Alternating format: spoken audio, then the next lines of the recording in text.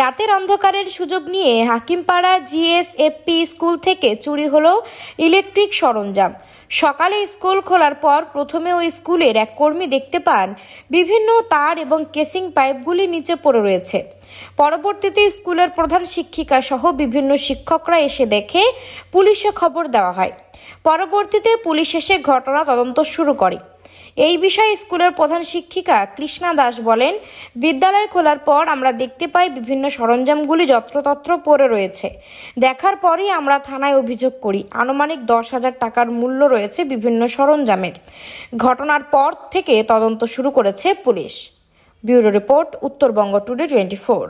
আনন্দ সংবাদ, সুশিক্ষার শুভ সংবাদ জানাচ্ছে প্রসাদগঞ্জ বিদ্যানিকেতন, যেখানে central model academy English medium স্কুলে 2025-26 শিক্ষাবর্ষের নার্সারি থেকে পঞ্চম শ্রেণী পর্যন্ত ভর্তি চলিতেছে। শুধু তাই নয়, দুস্থ ও মেধাবী ছাত্রছাত্রীর জন্য পড়াশোনা সম্পূর্ণ বিনামূল্যে। আমাদের ঠিকানা সুফলগঞ্জ মোলানি পোস্ট অফিসের পাশে। যোগাযোগ নম্বর 7001398712, এছাড়াও 9933673346।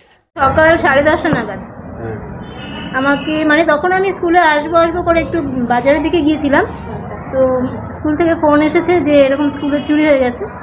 তো এসে দেখলাম যে সমস্ত লাইটের বাইরের দিকে যে আছে আউটার সাইডে সব লাইটের তারগুলো কেটে নষ্ট করে দিয়ে গেছে। এর আগে কি এরকম ঘটনা ঘটেছিল? তখন আমি ছিলাম না, আমি শুনেছি যে আগে যিনি টিআইসি ছিলেন 2 বছর আগে, উনি বলছিলেন যে 2 বছর আগে চুরি হয়েছে।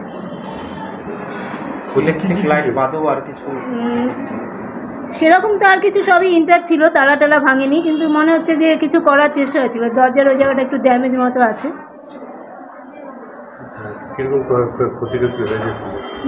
এখন তো ক্ষতি তো আজকে যে লাইটের তারটার কিনতে গেল ওখানেই তো 4-5 হাজার টাকা খরচা হয়ে যাবে, প্লাস ইলেকট্রিশিয়ান যারা লাইন ঠিক করবে তাদেরকেও তো 3,000 টাকার মতো দিতে হবে। মোটামুটি 10,000 টাকার মতো তো লাগবে। আবার ক্যামেরাও আমাদের কাউন্সিলর ম্যাডাম এসেছিলেন, উনি বললেন সিসি ক্যামেরা লাগানোর জন্যে, সেক্ষেত্রে তো আরও খরচ বাড়বে। হ্যাঁ, সবাইকে জানানো হয়েছে। উনি এসেছিলেন, পুলিশ থানা থেকে এসেছিলেন অফিসার। কৃষ্ণা দাস। স্কুলে যেহেতু গরমের দিন, ইলেকট্রিক তো গোটা স্কুলের ইলেকট্রিক লাইন বন্ধ হয়ে আছে, সেক্ষেত্রে ক্লাস নিতে কোনো সমস্যা? আজকে তো খুবই এমনিতে আমাদের প্রচণ্ড অসুবিধা, কারণ আমাদের রুমের সমস্যা আছে। 2টো রুমে আমাদের 5টা ক্লাস হয়, সেখানে আমাদের স্টুডেন্ট স্ট্রেংথ হচ্ছে 323 জন। এই গরমে তো আমরা বাচ্চা রাখলে ওরা অসুস্থ হয়ে পড়বে, তার মধ্যে ওরা যদি টয়লেটে যেতে জল পাবে না। তারপরে আমাদের মিড ডে মিলও বন্ধ রাখতে হলো, জল ঠিকমতো আমরা দিতে পারবো না। বেশিরভাগ বাচ্চাই আমরা ফিরিয়ে দিয়েছি যাতে ওরা সুস্থভাবে বাড়িতে থাকতে পারে। স্কুলে থাকলে অসুস্থ হওয়ার সম্ভাবনা ছিল। স্কুল বন্ধই বলা যায়? হ্যাঁ, বন্ধই এক প্রকার। সবাইকে আমরা জানিয়েছি।